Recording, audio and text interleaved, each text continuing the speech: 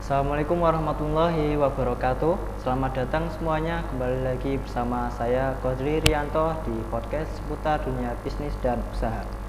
Kali ini kita akan membahas sebuah tema yang dekat dengan para masyarakat Indonesia, yakni merantau. Nah, merantau itu bukan hanya tentang mencari nafkah, tapi juga tentang pengorbanan hingga pengalaman yang tak ternilai. Nah, di sini kita sudah kedatangan narasumber kita, yakni Mas Rohman, seorang pekerja dari Jawa yang kini telah merantau di Kalimantan. Nah, mari kita dengarkan cerita tentang beliau, mulai dari pengalaman pertama, perjalanan hingga sampai saat ini. Baik, Mas Rohman, bagaimana kabarnya? Kabarnya baik, Mas. Alhamdulillah. Bagaimana perjalanan dari sini? Alhamdulillah lancar, aman. Tidak ada hujan ya Mas ya? Tidak ada. Apalagi saat ini kan lagi musim hujan. Alhamdulillah tidak ada halangan apa-apa. Mungkin Masnya bisa diceritakan awal dari perjalanan. Perkenalan dulu Mas ya. Perkenalan. Perkenalkan, nama saya Rohman dari desa Pangkalan, Kalianyar, Wonosalam, Demak. Kok Masnya bisa kepikiran merantau gitu Mas? Ya, namanya orang itu berpikirnya itu ya pengen punya istilahnya apa Mas? Pengalaman. Nah, nomor satu pengalaman, dan keduanya itu kebutuhan, memang itu harus. Kebetulan. Jadi dari emang butuh pekerjaan Mas. Iya. Jadi gini, awal mulanya saya merantau itu karena ekonomi. Saya bertekad dan berniat merantau ke Kalimantan itu untuk memberi kebutuhan anak dan istri saya. Gitu. Itu sebelum merantau pekerjaan Masnya apa itu? Serabutan kalau saya, Mas. Serabutan. Ya, serabutan dalam arti segala, kalau bangunan belum pernah sih. Tapi kerja asongan seperti di lampu merah itu pernah saya alami. Pernah ikut orang juga ke Papua, Kupang. Oh, berarti banyak Mas ya? Iya. Pernah juga saya menjadi sales juga, sales buku Al-Quran tuh. Di mana itu Mas? Daerah Pekanbaru, Samarinda, sama di Makassar itu. Yang terakhirnya itu di Makassar. Karena sampai saat itu nggak ada apa namanya ya, penghasilannya kurang istilahnya. Jadi saya pindah ke profesi lain, jadi tukang rosok, pemulung anggap ya, ke Kalimantan.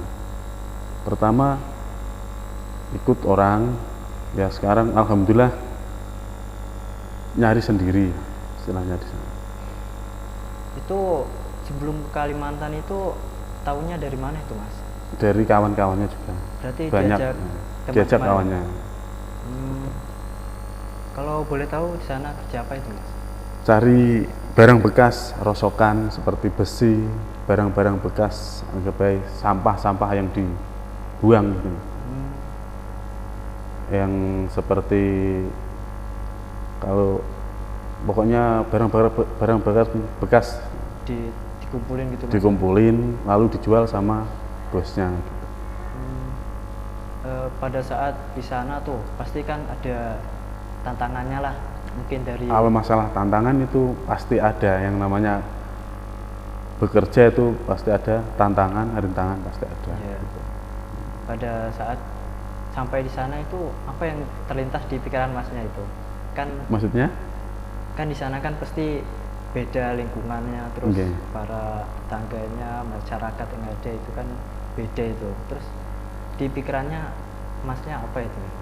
Di pikirannya ya kalau saya pas belum tahu orang Kalimantan itu kan orang Dayak. Ya. Dari segi namanya orang Dayak pasti kelihatannya kan sangar, Serem-serem ya, gitu. serem. Ternyata dari itu malah bagus orang sana gitu maksudnya. Baik-baik gitu ya. Baik-baik orangnya.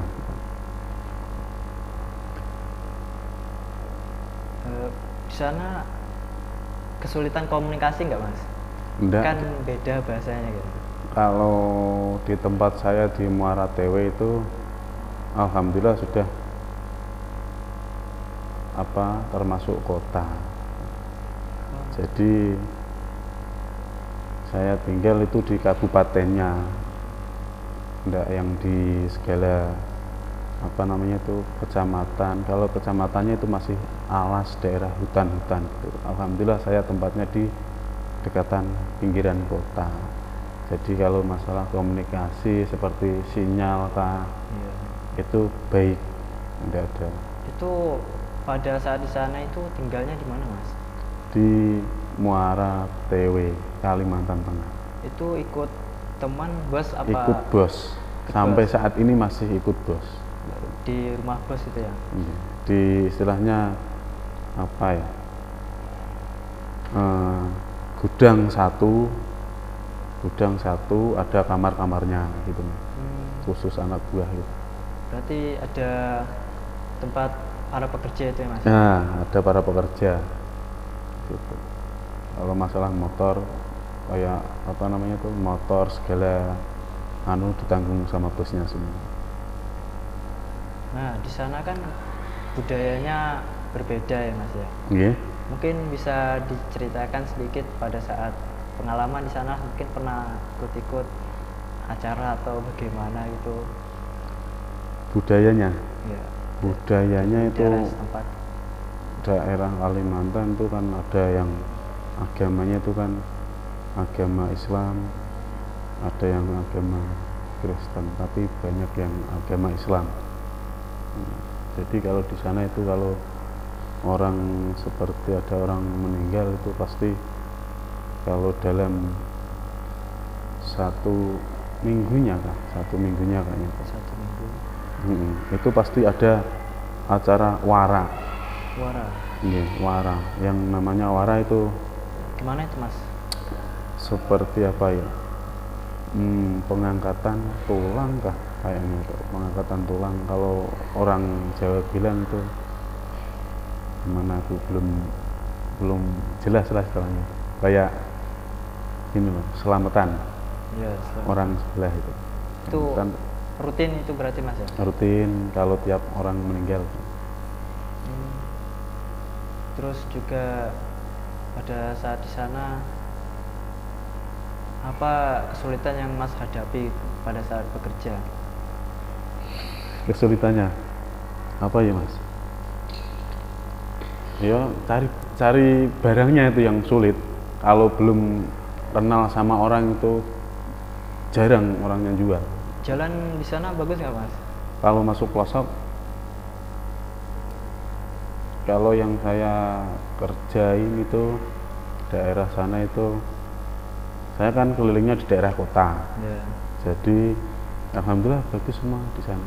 Tapi kalau yang mau menuju ke desa itu 1 jam itu jalannya itu masih lumpur, masih tanah merah gitu. Jadi kalau musim hujan paginya itu becek, lembek. paginya itu pas keringnya.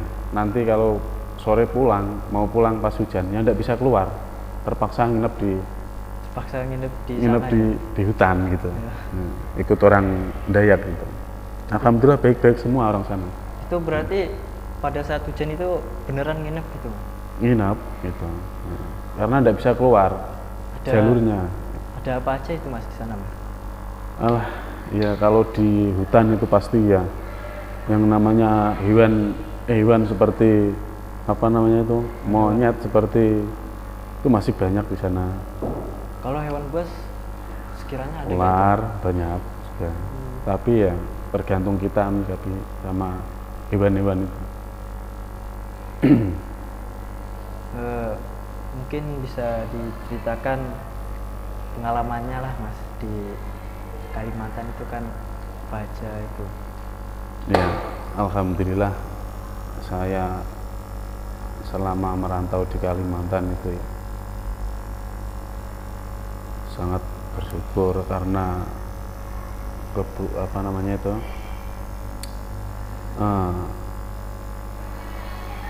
jadi istilahnya alhamdulillah dapat hasil.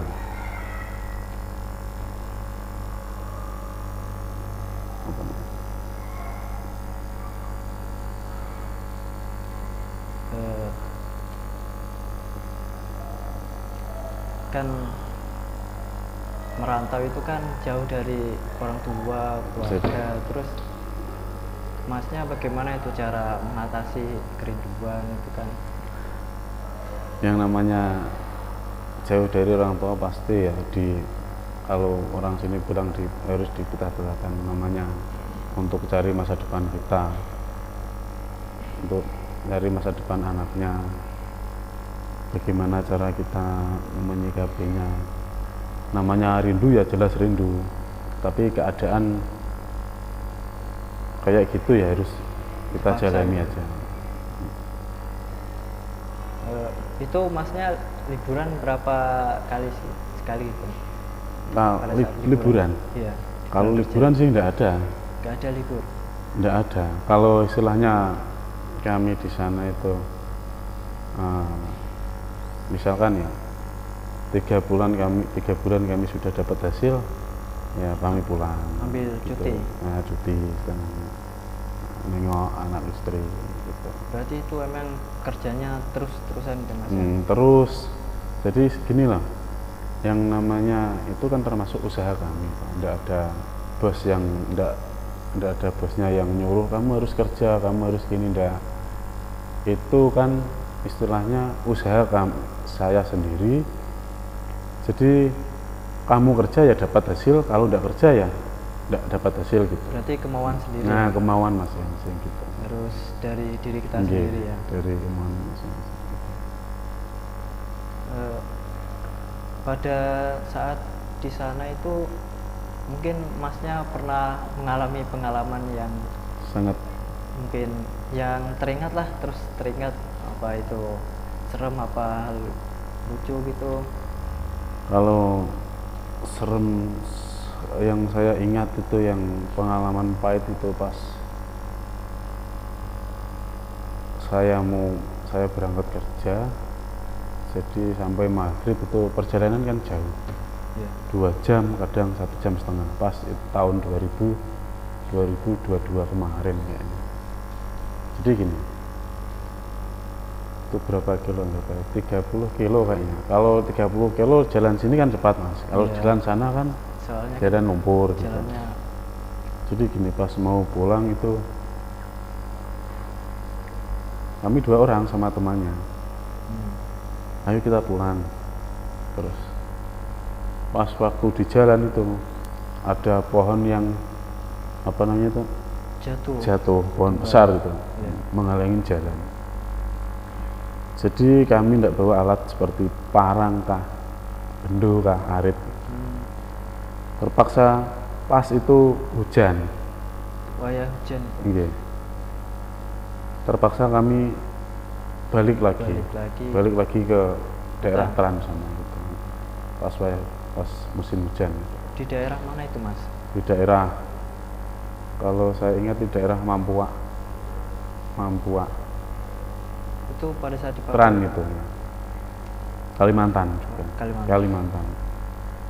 Sebenarnya pengalaman saya itu banyak Mas. Saya tukang sayur sampai tabrakan juga. Sampai tabrakan itu. Yang namanya di sana itu kan, jadi memang agak gawat di sana sebenarnya. Memang itu pasti. Aku ngalamin yang saat pernah paling itu, yang kalau di sini itu enggak, kalau di Jawa itu apa namanya, ndaelo, kalau di sini itu kepohonan. Jadi gini, saya pas jualannya habis, itu pas jualan sayur ya. Jualannya habis, saya pesan di warung itu, pesan kopi ya. kopi hitam sama mie. Lah terus saya itu ada telepon suruh ngambil uang gitu. Nah, kopi itu belum mau dibikin, saya sudah pulang. Saya naik motor, Mania istilahnya namanya itu, yang warungnya namanya Mania itu. Mania nggak jadi, saya mau pulang. Nah, 5 menit depan langsung saya tabrakan, patah gitu. Patah bagian mana itu, Patah. Langsung dijemput sama keluarga saya yang di sana gitu. Itu pada saat di mana itu, Mas? Di Kalimantan juga. Kalimantan. Nah, karena itu yang namanya di sana kan ada yang namanya kebohongan. Jadi misalkan ditawarin kopi orang sana harus diminum. Itu budaya setempat. Nah, misalkan pesan apa, yang paling ganas itu kopi memang di sana. Kalau pesan kopi mau nggak mau harus diminum gitu. Jadi nanti bisa kepohonan kalau bilang orang sana. Kepohonan itu namanya. Iya, kepohonan. Bilang orang Kalimantan. Selain itu mungkin ada lagi, Mas? Alhamdulillah tidak ada. Alhamdulillah ya. Selamat ya. Iya. Nah, terus mungkin pada saat di sana pernah di teror gitu nggak, Mas? Di Kalimantan situ Teror. mengalami kejadian Teror seperti orang istilahnya ngapusi orang gitu. ya, Enggak pernah aku. atau orang-orang yang emang niat jahat gitu. Itu ada pengalaman gitu. Pengalaman yang istilahnya memang aku kan habis lebaran kan di sana kan ada bosnya ya kan. Bosnya kan enggak pulang. Jadi pas itu aku di Jawa, aku pulang ke Jawa. Pas balik ke sana kan teman-teman belum pulang ya kan. Masih pada liburan itu. Nah, pada ke Jawa. Lah terus saya ke sana sendiri. Nah, sama bosnya. Mungkin itu kayaknya itu aku kalau mau menjelang maghrib itu pasti kepalanya pusing. Pasti itu ada tak alamin 2 minggu kayaknya. Setelah itu saya dibawa ke tempat orang tua di sana. Bilangnya itu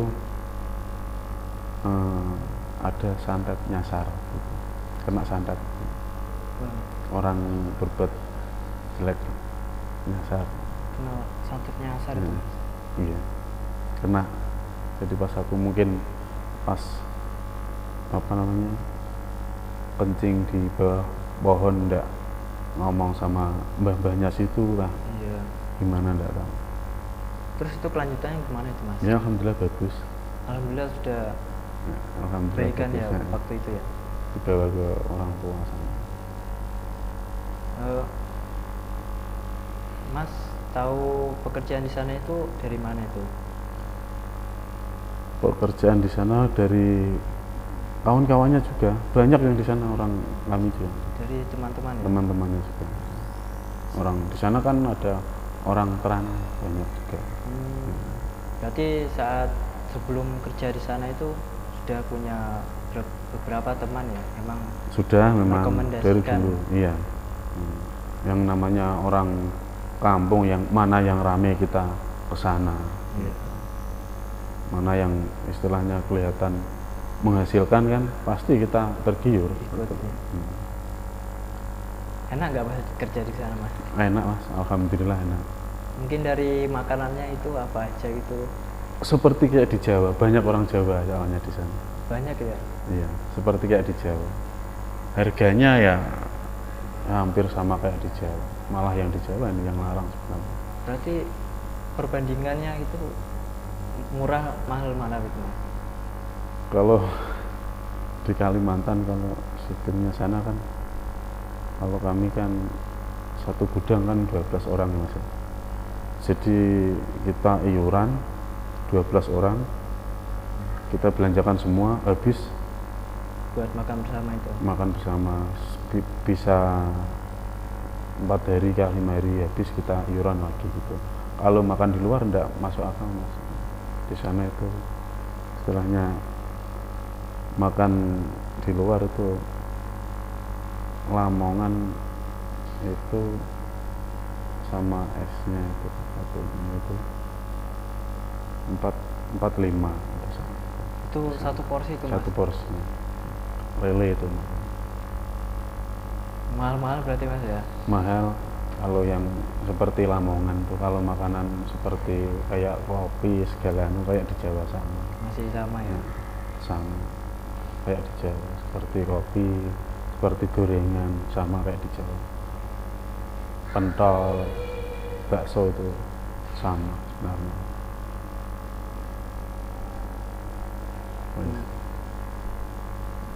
Mungkin Masnya ada beberapa tips atau trik buat cari pekerjaan itu? Gimana, Mas? Ya, tips cara cari pekerjaan gitulah. Nganu, Mas, kan Masnya merantau gitu kan ya? Iya. Mungkin dari pengalaman yang membekas lah pada saat merantau ke mana kemari gitu kan banyak pekerjaan Mas gitu ya. Iya. Mungkin dari yang paling sakit itu. membekas ya Istilahnya paling sakit, istilahnya ya gak bisa dilupakan itulah. Kan banyak daerah yang sudah Mas tuju gitu. Pengalaman yang paling sakit itu aku di kerja sales sebenarnya itu. Kalau memang ya namanya kami kan, kalau rezeki memang ada yang ngatur ya. Kami sudah sungguh-sungguh tapi nggak ada hasilnya. Itu terjadi sales dulu, sales Al-Quran.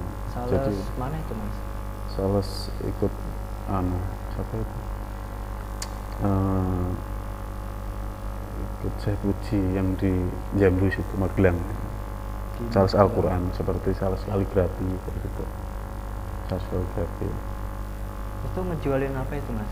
Jualin buku-buku kitab Al-Quran, segala kitab-kitab kayak gitu. Masuknya di kantor-kantor bupati, kantor Polres. Itu ngejualnya ke kantor-kantor? Kantor-kantor. Gitu. Jadi itu yang enggak berhasil di situ. Yang namanya dari lulus MTS, karena saya dulu kan enggak sekolah SMA. Ke MTS terus cari pengalaman. Itu mulai pengalaman kerja dari umur berapa itu, Mas? Tahun 2007 kayaknya. 2007 sudah mulai bekerja itu? Tahun 2007 kami ikut orang di NTT Kupang, ikut jualan. Di NTT? NTT, daerah Kupang. Ikut jualan segala pakaian, ikut orang. Zaman dulu itu gajinya satu bulan itu kalau tidak salah 300.000. Kalau sekarang udah masuk akal, Mas. 300.000, 400.000, setahun harus suruh pulang. Setahun tidak boleh pulang. Minimal 2 tahun nanti ongkos segala pesawat yang ongkosin bosnya. Kalau tidak nutup sama perjanjian, pulang pakai ongkos sendiri. Itu ongkos dibayarin, cuman syaratnya 1 tahun gitu? 1 tahun gitu. Kalau istilahnya tidak betah atau tidak kerasan itu pulang harus pakai ongkos sendiri atau minta kiriman sama orang tua. Jadi terpaksa kami betah-betahin. Itu sama siapa waktu kerja di situ, Mas? Ikut teman atau emang? Itu ada orang nyari ya, ada orang nyari kerja, terus saya dipilih gitu. Dipilih gitu? Untuk kerja di sana. Daftar tahun 2007. Ya? Tahun berapa itu, Mas? Tahun 2007 sampai 2008 kayaknya. 1 tahunan ya? 1 tahun kami di sana. Setelah itu pindah lagi ke Papua, Jayapura. Itu kan Masnya pindah-pindah provinsi itu ya, itu biasanya naik kendaraan apa itu, Mas? Naik bis atau itu pesawat? Mas, naik kapal? Kalau Jayapura kan harus pulang dulu ke Jawa dulu, baru ke Jayapura, ke Papua. Naik apa itu, Mas? Pesawat, Mas. Naik pesawat. Kalau dari sini kan travel ke Surabaya. Oh, kalau yang di Jayapura itu naiknya kapal 1 minggu, Mas, perjalanannya. 1 minggu perjalanan. 7 hari, 6 sampai 7 hari. Kalau di Papua kan naik pesawat. Yang waktu ke Kalimantan itu naik Kalau ke Kalimantan pesawat terus mas, nggak pernah naik kapal. itu dibayarin atau bayar sendiri? Modal sendiri, istilahnya pakai uangnya sendiri gitu. Berarti itu emang ditanggung sendiri mas? Nggak ditanggung sendiri gitu. Karena di sana kan kerja hasilnya ambil sendiri gitu. Nggak digaji bulan gitu nah istilahnya. Nggak digaji per bulan, enggak, cari hasil mas sendiri gitu. Berarti kerja langsung dapat bayaran Nah, gitu, Mas? kerja dapat barang, jual, Terus cari jualan untung, gitu. iya gitu di sana. Di Kalimantan. Kalau di Papua kan sistemnya per bulan dulu tuh. Itu yang waktu di Papua itu kerja apa itu mas? Kerja jualan pakaian, Sama pakaian juga? pakaian. Kalau di NTT Kupang kan itu jualan seperti panci, seperti gerabah kalau orang sini bilang tuh. Iya. Panci, segala wajan gitu. Banyak Itu mas. dari semua tempat yang pernah dikunjungi itu paling enak di daerah mana itu mas? Ya daerah Kalimantan karena menghasilkan. Ya. Daerah Kalimantan, Maratewe gitu. Paling Menghasilkan. gak enak itu di mana itu? Kalau yang tidak enak itu di Papua. Paling sulit ya? Serem di sana, ikut kerja orang. Kalau ndak nutuk sama apa perjanjiannya nanti suruh bayar tiket sendiri. Gitu. Yang di Papua itu sama kayak yang di NTT itu? Sama 1 tahun gitu? 1 tahun Terus tiketnya bayar sendiri? bayar sendiri. Kalau ndak nutuk, kalau nutuk dibayarin sama bosnya. Itu di Papua itu perjalanannya kayak bagaimana itu waktu sampai di sana itu? Naik kapal mas. Ya maksudnya kan sampai di Papua terus diarahin atau memang langsung Ada yang ngarahin sama bosnya itu, ada yang ngarahin. sudah ditunggu itu? Sudah ditunggu sama bosnya di sana. Pokoknya kalau itu kan zaman masih sudah ada HP segala macam. Jadi enak tinggal telepon ini ke Tinggal sini. komunikasi ya? Komunikasi kan sudah enak gitu. Kalau tahun 2010 kan. Yes. Itu waktu yang di NTT sama berarti? Yang di NTT sama juga. Nah waktu yang di Kalimantan itu kan ikut teman ya? Nah Iya. itu waktu di sana sampai di sana itu bagaimana itu mas? Pas ikut teman itu kami itu cari rosok itu dari pagi itu kami kan belum bisa istilahnya dipelajari sama kawannya itu nanti kalau dapat untungnya itu kita bagi dua dulu. Setelah saya telusuri kayaknya oh gitu caranya, oh gini cara nukar belinya, cara nimbangnya gini. Nah dari itu terus saya keluar pengen cari sendiri gitu. Jadi lepas sama kawannya itu, sama temannya itu, pengen cari hasil sendiri. Kalau nyari sama temannya kan hasilnya bagi dua. Iya. Berarti Kalau- itu sampai di sana itu langsung dijemput teman ya? Nah, langsung dijemput teman, jemput sampai sana. Enak langsung depan rumah mas di sana, depan gudang istilahnya. Depan gudang. Itu waktu di sana itu mungkin ada pengalaman yang tidak enak waktu saat cari gitu mas? Sangat banyak mas itu. Namanya kita sudah sungguh-sungguh. Pernah juga dimarahin orang juga pernah.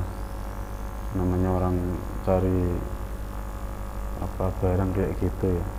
Itu waktu cari barang itu dibilang dulu atau emang cari yang emang Ngomong bekas? dulu. Nah, iya memang seperti orang sini kan besi-besi, kalau di sana kan besi-besi gitu.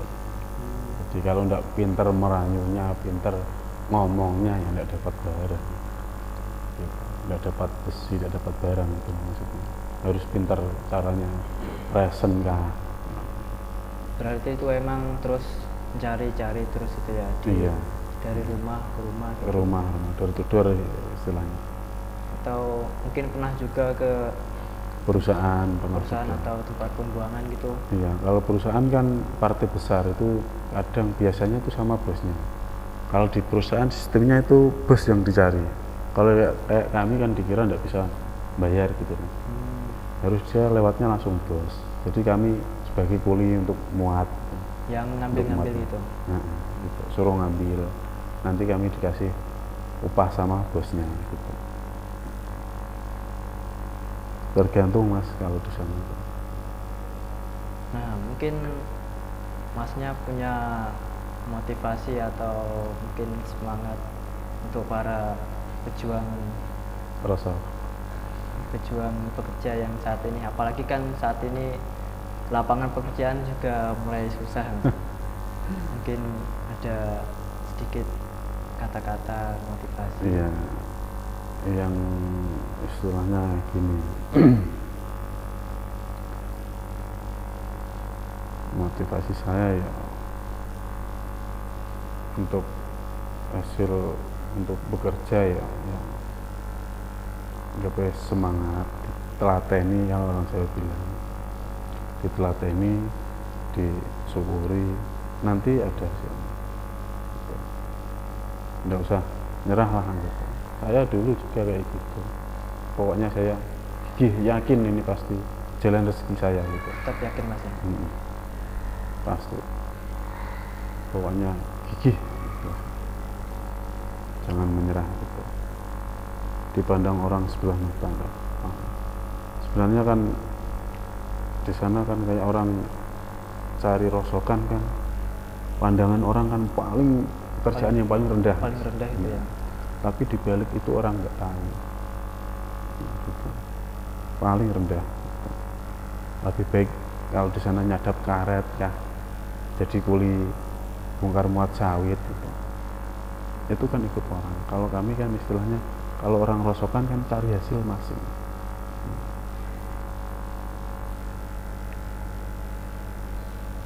Nah, jadi gitu pemirsa, rangkaian cerita yang telah diceritakan oleh Mas Rohman, mulai dari pengalaman awal kerja hingga ke keliling provinsi ya, pindah-pindah tempat, terus dari pengalaman buruk hingga baiknya juga kita bisa ambil pelajaran, jangan mudah menyerah dan tetap melangkah terus maju. Saya Qadri Rianto, sampai jumpa di podcast berikutnya. Wassalamualaikum warahmatullahi wabarakatuh.